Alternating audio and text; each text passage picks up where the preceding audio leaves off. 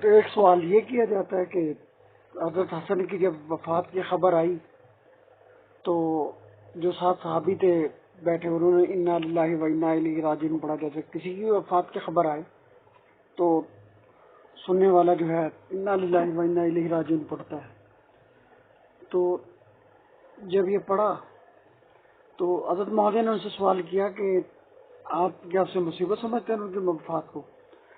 حالانکہ یہ قرآن میں اللہ نے طے کر دیا ہے انا للہ و انا الیہ راجعون کب پڑھا جاتا ہے. والذین اذا اصابتهم مصیبہ کہ جب تمہیں کوئی مصیبت پہنچے قالوا انا للہ و انا الیہ راجعون کہ جب تمہیں کوئی مصیبت پہنچے تو انا للہ و انا الیہ راجعون پڑھو. تو مصیبت موت مصیبت ہوتی ہے, موت پریشانی ہوتی ہے, مصیبت کا مطلب پریشانی تنگی. تو جب حضرت معاویہ نے یہ پوچھا تو یہ تو قرآن میں ہی موجود تھا کہ جب تمہیں کوئی مصیبت پریشانی ہے تو تم انا للہ و انا الیہ راجعون پڑھو. اور جب انہوں نے انا للہ و انا الیہ راجعون پڑھا یہ تو کامن سینس کی بات ہے کہ مصیبت پہ ہی پڑھا, موت سے بڑی کیا مصیبت ہوتی ہے. تو حضرت معاویہ نے اس کو ویسے پوچھا کہ آپ کیسے مصیبت سمجھتے تھے ان کو. تو یہ تو قرآن میں موجود ہے نا کہ لیکن جب بات کا بتنگڑ بنانا ہو تو فتنہ پہ لانا ہو تو اس کو بھی قرآن میں ہے کہ جب تمہیں مصیبت ہے تو انا للہ و انا الیہ راجعون پڑھو. اور انا للہ و انا الیہ راجعون کا مطلب یہی ہے کہ ہم اللہ کے لیے ہیں, اس کی طرف لوٹنے والے ہیں. یعنی مصیبت ہے, موت ہے, موت ہی سے مراد ہے. اور اس کو قرآن نے مصیبت کہا ہے, قرآن نے اس کو مصیبت کہا ہے, کسی اور نے نہیں کہا. یہی حضرت عمر نے کہا, حضرت معاویہ نے پوچھا ان سے کہ آپ مصیبت سمجھتے ہیں انہیں, حالانکہ قرآن نے یہ طے کیا ہے. اور حالانکہ یہ ادھوری بات نا یہ لوگ نقل کرتے ہیں معاویہ کے خلاف, حالانکہ یہ قرآن میں طے ہے بات. قرآن میں ایک چیز طے شدہ بات کو بلا وجہ اچھالنے کی کوشش کرتے ہیں. قرآن نے اس کو مصیبت قرار دی ہے, قرآن نے موت کو مصیبت قرار دیا, وہ کسی کی بھی ہو. اور جب بھی کوئی فوت ہوتا ہے وہ چاہے شہید ہو, بڑے سے بڑا فوت ہو, ہم انا للہ و انا الیہ راجعون پڑھتے ہیں کہ یہ مصیبت اللہ کی طرف سے آئی ہے. یہاں تک کہ ہم بھی اللہ کے لیے ہیں اور ہم اللہ کی طرف ہی جائیں گے. مصیبت اللہ کی طرف سے ہی ہوتی ہے. اور جب ہم مٹی ڈالتے ہیں قبر پہ تو ہم یہی کہتے ہیں ہم اس زمین سے ہی آئے تھے اور زمین سے ہی ہم پیدا ہوئے اور زمین میں ہی ہم نے چلے جانا ہے, اور زمین سے ہی ہم قیامت دن اٹھیں گے. یہ مصیبت کا مطلب کئی جگہ قرآن میں موجود ہے. اور جب وہ آتی تو انا للہ و انا الیہ راجعون پڑھتے ہیں. اور انا للہ و انا الیہ راجعون کا مطلب بھی یہی ہے مصیبت ہے. جیسے اب دھواں نکل رہا تو اس کا مطلب پیچھے آگ ہے. اب کوئی کہ جی دھواں پہ جب پیچھے آگ ہے تو کوئی جی نے کتنی بڑی بات کی, کتنی بری بات کی. بھائی جب وہ انا للہ و انا الیہ راجعون پڑھ رہا ہے تو اس کو مصیبت سمجھ رہا ہے, موت اور کسی آل رسول کا اس دنیا سے چلے جانا, آل رسول کی وفات, نواسہ رسول کی وفات ہونا, جنتیوں کے سرداروں میں سے ایک سردار کا ہم سے جدا ہو جانا, اس سے بڑی قیامت اور مصیبت کیا ہو سکتی ہے. لیکن ہم نے بات کو بتنگڑ بنانا. اور دوسری اس میں ایک تفصیلی بات آتی ہے, الامامہ والسیاسہ میں علامہ قتیبہ نے اس کو پوری تفصیل سے ذکر کیا. انہوں نے کہا سر میں یہ حضرت عبداللہ ابن عباس کے ساتھ پیش آیا کہ جس وقت آپ کی خبر آئی وفات کی تو عبداللہ ابن عباس حضرت معاویہ کے پاس تھے. حضرت معاویہ کو آپ نے طنز کے طور پہ نا, لوگ جو کسی کی وفات کی خبر ہے تو ایک دفعہ انا للہ و انا الیہ راجعون پڑھتے ہیں نا, حضرت عبداللہ ابن عباس نے ان کے سامنے انا للہ و انا الیہ راجعون ذرا زیادہ, یعنی آپ کو کہنے تپان لی بات کوئی کرتے ہیں, آپ نے ان کو بار بار اس کو دہرانا شروع کر دیا. حضرت معاویہ جو تھے وہ سمجھ گئے یہ مجھے نا طنز کو اشارہ کر رہے ہیں. آپ نے ان سے کہا کہ اچھا, انہوں نے بھی پھر وہ ایک شریعت کا اشارہ کر دیا, اچھا عبداللہ آپ ان کو مصیبت سمجھتے ہیں. یہ سوال کیا نہ کہ کیوں قرآن میں تو مصیبت ہی کہا گیا نا اسے، قرآن نے تو طے کر دیا، آپ نے وہی بات کر دی قرآن والی اور سوالیہ انداز میں کر دی، اس کو اتنا بتنگڑ بنا دی۔ اور پھر بعد میں عبداللہ ابن عباس نے ان کو کہا کہ معاویہ آپ سمجھتے ہیں کہ وہ کیا چیز تھے؟ پھر حضرت معاویہ کے سامنے عبداللہ ابن عباس نے حضرت آل رسول کی، حضرت حسن کی بڑی ہی فضائل گنوائے کہ نبی پاک کے ساتھ ان کا اس طرح رشتہ تھا، اس طرح نبی پاک ان کا اس طرح ان سے پیار کرتے تھے، اس طرح ان کو چومتے تھے، اس طرح بٹھاتے تھے، اس طرح کھلاتے تھے، اس طرح ساتھ رکھتے تھے، اور یہ آپ کے بارے میں فرما، وہ تمام مناقب فضائل جو نبی پاک سے سنے تھے آپ نے، وہ آپ نے سارے بتائے۔ اور حضرت معاویہ بھی ان میں شریک، مطلب ان فضائل بتانے والوں کا تذکرہ دونوں طرف سے جس کو جو حدیث ہے، جو فضائل آتے ہیں حضرت حسن کے، وہ بتانے لگ گئے آپس میں، اور روایت میں آتا ہے کہ دونوں رونے لگے، اور اتنی زر تو معاویہ ہچکچیاں آپ کی بن گئی، ہچکی جو بن جاتی نا، جیسے اس طرح آپ رونے لگے چیخو پکار کے ساتھ، اور یہاں تک کہ حضرت معاویہ نے کہا کہ عبداللہ تم نے بالکل ٹھیک کہا، حضرت حسن واقعی بہت عظیم انسان تھے، بہت بڑے لیڈر تھے، وہ سارے فضائل جو بتا رہے تھے۔ اور آپ نے فرمایا جس طرح نبی پاک نے فرمایا تھا، جس طرح وہ صلح کن اور معاملہ فہم، سمجھدار، ہوشیار اور جتنے باصلاحیت انسان تھے، وہ سارے آپ نے کہا بالکل عبداللہ تم جیسے کہہ رہے ہو بالکل ویسے ہی تھے، اور دونوں رونے لگے ان کے فضائل مناقب بیان کر کے۔ یہ لوگ یہ نہیں بتاتے، پورا یہ واقعہ میں نے بتایا کہ انہوں نے مصیبت کیوں کہا اور کیا اس کو برا کہنا صحیح ہے، درست ہے، قرآن نے طے کر دی ہے۔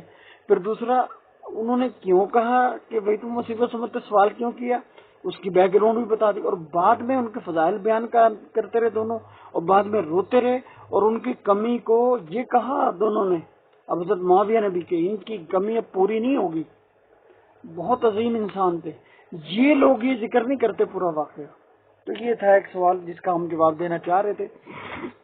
یہ آپ پڑھیں گے تو آپ کو سمجھ آ جائے گی پوری تاریخ کو صحیح طریقے سے، تعصب اور تشدد اور فتنہ پروری کی اینک اتار کے جب پڑھیں گے نا، تو انشاءاللہ تعالی یہ باتیں آپ کو اچھی طرح کھل جائیں گی۔ ہم نے کوئی اپنے پاس سے نہیں بنائی یہ باتیں، ہم یہ تاریخ سے ہی پڑھ کر سمجھ کے وہ آپ کو بتا رہے ہیں۔ پھر ایک یہ سوال بہت زیادہ ہوتا ہے جی، حضرت ابو بکر صدیق نے جی باغ جو فدق تھا، فدق وہ نہیں دیا حضرت فاطمہ کو، تو اس کا تو جواب سیدھا سا ہے کہ آیا جو باغ فدق تھا جب نبی پاک حیات تھے، وہ نبی پاک کی ملکیت تھا نا، تو جس وقت حضرت فاطمہ آئی تھی کہ ابو جان میرے ہاتھ میں تھک جاتی ہوں کام کرتی کرتی، اور یہ مسئلہ ہے، پانی بھر کے لاتی ہوں، گھر کا کام، یہ وہ، آپ مجھے کوئی غلام دے دیجئے، کوئی خادم دے دیجئے، میری کوئی مدد کریں۔ آپ نے تسبیحات فاطمیہ کیوں بتائی تھی کہ بھئی نماز کے بعد نا فاطمہ تم 33 دفعہ سبحان اللہ، 33 دفعہ الحمدللہ، 34 دفعہ اللہ اکبر پڑھ لیا کرو، سب کچھ دور، سب خامی کوتاہیاں، سب قسم کی جو تمہیں تھکان اور کمیاں دور ہو جائیں گی۔ کیوں کہا تھا؟ آپ کو چاہیے تھا فدق ان کے حوالے کر رہے، وہاں سینکڑوں ملازمین تھے، سینکڑوں خادم تھے، وہ بہت بڑا علاقہ تھا، وہاں کی کھیتوں کی بہت زیادہ پیداوار ہوتی تھی، اور وہ نبی پاک علیہ السلام کے پاس آتی تھی۔ اس کا کچھ حصہ اپنی زندگی میں کیوں حضرت فاطمہ علیہ علی کو نہیں دیا نبی پاک نے، یا اپنی بیگمات میں سے کسی کو، یا اپنی دوسری بیٹیوں میں سے کسی کو کیوں نہیں دیا؟ آپ نے اپنی زندگی میں کیوں نہیں دیا؟ ہم بلا وجہ اس کو اٹھاتے ہیں، حالانکہ یہ بات بالکل متعین ہے۔ نبی علیہ السلام نے اپنی زندگی میں جتنا بھی اس کے ذریعے جتنا بھی پیداوار آتی تھی، جتنے بھی اس کے مال آتے تھے، جتنا بھی خزانہ وہاں سے آتا تھا، حضرت ابو بکر نے یہ کہا کہ دیکھ فاطمہ، بات یہ ہے جب نبی پاک جو وراثت ہوتی ہے وہ کیا ہوتی ہے؟ جو بندے کی زندگی میں ہو وہی بعد میں مل جاتی ہے وارثین کو۔ انہوں نے کہا جب نبی علیہ السلام حیات تھے آپ کو کیا ملتا تھا اس میں سے؟ کیا آتا تھا آپ کے نبی پاک کے لیے یا آپ کی کسی ماں کے لیے، مطلب ازواج مطہرات میں سے کسی ایک کے لیے کیا وہاں سے آتا تھا باغ فتح سے؟ وہ پورا ایک زرعی زمین تھی، وہاں سے کیا آتا تھا آپ کے پاس؟ انہوں نے کہا کہ جو حالت نبی علیہ الصلوۃ والسلام کی اپنی حیات میں اس کے ساتھ برتاؤ کی تھی نا، وہی آج ابو بکر رکھے گا، اس میں کمی بیشی کوئی نہیں کرے گا۔ جب آپ کی زندگی میں آپ نے کچھ نہیں دیا اس میں سے، اور وہ کہاں جاتا تھا؟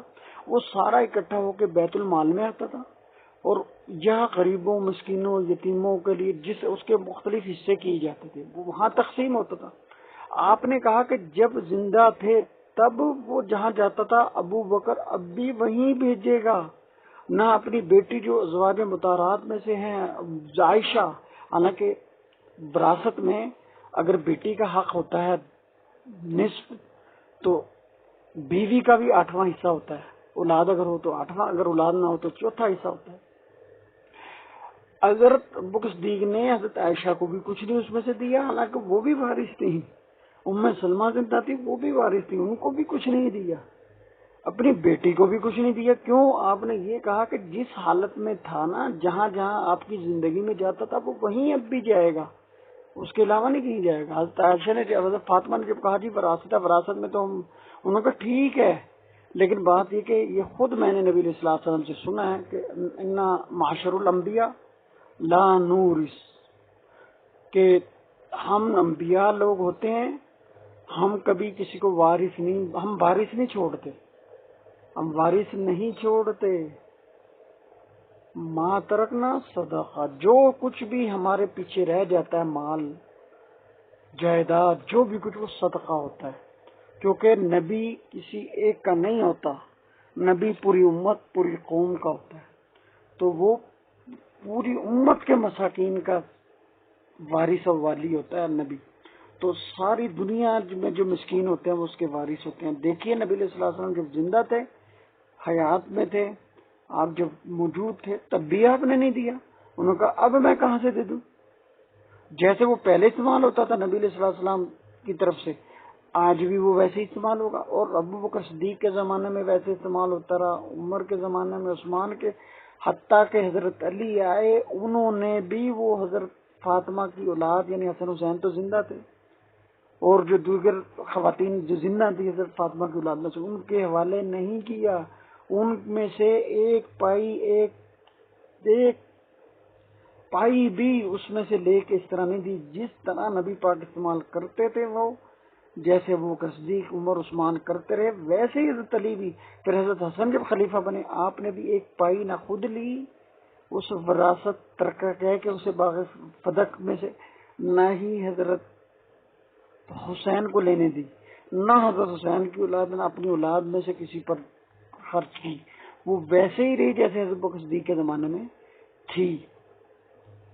تو یہ بات ذہن میں رکھنی چاہیے۔ اور دوسری بات یہ کہ یہ حدیث خود حضرت عمر نے پھر حضرت علی کو بلایا کہ میں تمہیں قسم دیتا ہوں، اور حضرت عبداللہ بن عباس کو بھی، یہ بھی آل رسول میں سے تھے، تم دونوں کو قسم دیتا ہوں، کیا نبی پاک نے یہ فرمایا نہیں تھا کہ ہم انبیاء لوگ ہوتے ہیں، ہم وارث نہیں بناتے، اور جو چھوڑتے ہیں وہ صدقہ ہوتا ہے، وہ وراثت میں کسی کو نہیں ملتا وارث کو۔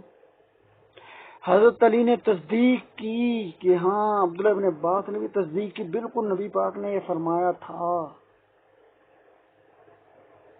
اب اس کے بعد بھی کوئی اس پھڈے کو لے کے پھرے تو اس کا اللہ ہی حافظ، ہم کیا کہہ سکتے ہیں۔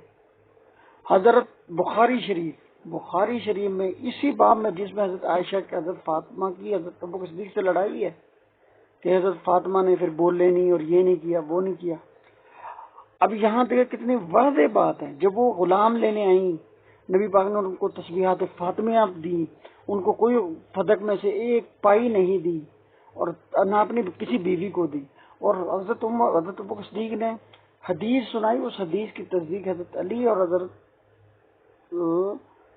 عبداللہ ابن عباس نے بھی کی، جو کہ نبی پاک کے چچا زاد بھائی تھے، اور رشتے میں آپ جو ہیں حضرت علی کے بھی کزن لگتے تھے، نبی کے بھی کزن لگتے تھے، انہوں نے بھی تصدیق کی، بالکل ایسے ابوبکر صدیق درست کہہ رہے ہیں، اور پھر یہی بات اپنے دور خلافت میں بھی محفوظ رکھی، اس عمل کو. اب دوسری ایک بات کی جاتی جی وہ مروان ابن حکم کو حضرت عثمان نے دے دی تھی، حضرت عثمان نے یہ کر دیا تھا وہ کر دیا تھا. اس کو صحیح سند کے ساتھ، صحیح قصہ، صحیح تاریخ کے ساتھ ایک بندہ ثابت نہیں کر سکتا کہ حضرت عثمان نے یہ فدق کی جائیداد اور وہ جو دیگر نبی علیہ السلام کی جو جائیدادیں تھی جو یتیموں مسکینوں کو تھی ان میں سے ایک پائی بھی بلا وجہ بلا جواز مروان کو دیا ہو. کیوں؟ مروان اور دیگر جو لوگ تھے یہ تنخواہ دار ملازم تھے حضرت عثمان کے زمانے میں، اور مختلف قسم کے امور کے ان کو ذمہ داری سونپی جاتی تھی. وہ حضرت عثمان نے ضرور سونپی ہے اور وظیفے تنخواہ کی مد میں کسی کو ضرور دی ہے. اور حضرت عثمان نے کبھی بھی کسی عزیز کو، کبھی کسی اپنے رشتہ دار کو مال غنیمت یا بیت المال یا مسکین اور یتیموں کے مالوں اور جائیدادوں میں سے اپنے عزیز یا اپنے جسم پر ایک پائی خرچ نہیں کی. اور جو بھی، کیونکہ حضرت عثمان بہت امیر کبیر تھے، کبھی بھی اپنے گھر کا خرچہ اور اپنے اہل و عیال کا خرچہ، اپنے رشتہ داروں کا خرچہ، اپنے دوست احباب کا خرچہ بیت المال یا حکومت کے خرچے پر نہیں ہوتا تھا. حضرت عثمان اپنی جیب سے کرتے تھے. اور صرف اس وقت نہیں، نبی علیہ السلام جتنی زندگی رہے آپ کے ہوتے ہوئے اس وقت بھی سارا تقریباً خرچہ دیگر صحابہ کرام کے ساتھ حضرت عثمان اٹھاتے تھے. ابوبکر صدیق کے زمانے میں بھی آپ ہی اٹھاتے تھے، حضرت عثمان، حضرت ابوبکر، حضرت عمر کے زمانے میں بھی آپ اٹھاتے تھے. اور اپنے زمانے میں بھی اپنے عزیز و اقارب اور دوست احباب کا ایک پائی کا خرچہ کبھی بھی. ہاں کوئی کہیں ملازم تھا، کسی کے مطلب ملازم تھا، کسی کو ناظم جنگلات بنایا، کسی کو ناظم الامور ویسی بنا دیا، کسی کو جناب دیگر محکمے ڈاک دے دیا، کسی کو کچھ دے دیا، جیسے منشی رکھ لیا تھا حضرت مروان بن حکم کو. اس طرح کسی کو رکھا اور اس حساب سے اس کو مطلب اس میں سے وظیفہ مل گیا یا تنخواہ مل گئی یا جو خرچہ ہوتا ہے وہ دیا. اس کے علاوہ ایک پائی کوئی ثابت نہیں کر سکتا صحیح تاریخ کے ساتھ. ایسے فلم نہیں، جعل سازی نہیں، بنی بنائی افواہ نہیں، مصدقہ کوئی خبر تاریخ میں ثابت شدہ ہو تو ہم اس کا جواب انشاءاللہ تعالی ادھار نہیں رکھیں گے، فی الفور اس کا جواب دیں گے اور اس کی صحیح توجہ اور انشاءاللہ تعالی اس کی دلائل کے ساتھ اس کو بتائیں گے کہ یہ کیا چیز ہے. ہماری پوری تاریخ کو ہم نے اچھی طرح کھنگالا ہے. ایک پائی بھی حضرت عثمان کی طرف سے کبھی بھی کسی اپنے عزیز و قارب کو بلا جواز نہیں دی گئی، اور بیت المال حکومتی اور مساکین کے خزانے سے کبھی نہیں دی گئی. اگر دی گئی تو اپنے ہی ذاتی پیسوں میں سے دی گئی. اور وہ جو فدق یا دیگر جائیدادیں اور کھیت وغیرہ تھے، باغات تھے، جو بھی چیز تھا وہ خزانہ جیسے ابوبکر صدیق استعمال کرتے تھے ویسے ہی ہوتا رہا. ہاں آپ کے جیسے مسکین ہر قبیلے میں ہوتے ہیں، آل رسول میں بھی تھے اور ادھر بھی تھے. اور آل رسول میں ذہن میں رکھیں ساری لوگ زکوٰۃ کے مستحق نہیں ہوتے، کیونکہ آل رسول کو زکوٰۃ نہیں دی جاتی، ان کی توہین ہوتی زکوٰۃ دینا. لیکن بہت سارے اس طرح کے ہیں جو اس میں نہیں آتے، یعنی سید زادے تو ہیں وہ، مگر وہ زکوٰۃ لے سکتے ہیں. صرف خاص کچھ چند گھرانے ہیں جن کو نبی علیہ السلام نے فرمایا ان پر زکوٰۃ نہیں لگتی، اس کے علاوہ سید ہوں گے وہ قریشی ہوں زکوٰۃ ان کو دی جا سکتی. اس طرح ہی جو تھے یہ مروانی یا بنو امیہ یہ سارے امیر نہیں تھے عثمان کی طرح. بہت سارے غریب بھی تھے، مسکین بھی تھے، فقیر بھی تھے. ان کو پرانے ہی زمانوں سے، نبی پاک کے زمانوں سے صدقات و خیرات دی جاتی تھی. اسی مد میں جو کسی کے نام سے آ گئی تو انہوں نے اٹھا کے لگا دی یہ حضرت عثمان نے دی ہے. اس کے علاوہ کبھی ایک پائی حضرت عثمان نے اپنی جیب سے ہی دی ہے، ایک پائی بھی اپنے عزیز و اقارب کو دینی ہو اپنی جیب سے ہی خرچ کی ہے. اور جو بیت المال ہوتا تھا وہ ایک پائی بھی اپنے عزیز و اقارب پر بلا جواز، بلا تنخواہ اور بلا وظیفہ نہیں دی گئی. جو دیا گیا وہ بالکل سابقہ روایات اور شریعت اور دین کے مطابق دیا گیا. اب ایک سوال ہوتا ہے جی، یہ حضرت